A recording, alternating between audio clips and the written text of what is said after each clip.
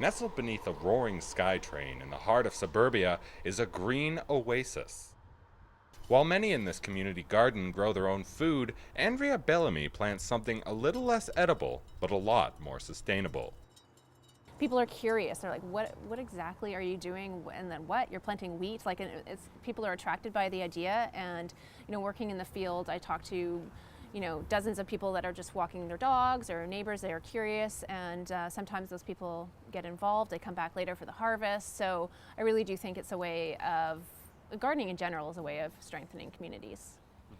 Bellamy is part of a growing movement in the suburban Lower Mainland called the Lawns to Loaves Project.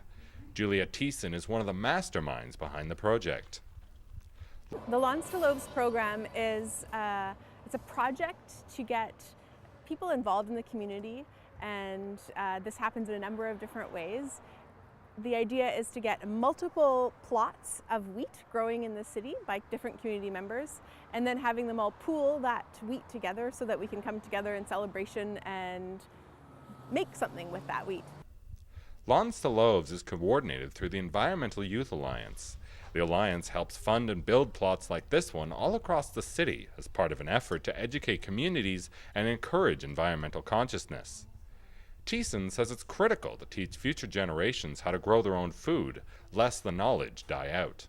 Harvesting it, hardly anyone has harvested grain that lives in the city, and then there's all these other steps you need to go through before you can actually bake it. So like threshing it, separating the wheat from the chaff, all of these skills that used to be really commonplace, everyone knew how to do them, and now it's kind of a challenge. We don't know how to do them, and that's also what makes it kind of fun, because you're learning together in community. Now in its second year, the project has so far been a great success, taking a combined 70 pounds of wheat last summer. Organizers are hoping for an even greater haul this year. Nigel Haynes in Vancouver for BCIT Magazine.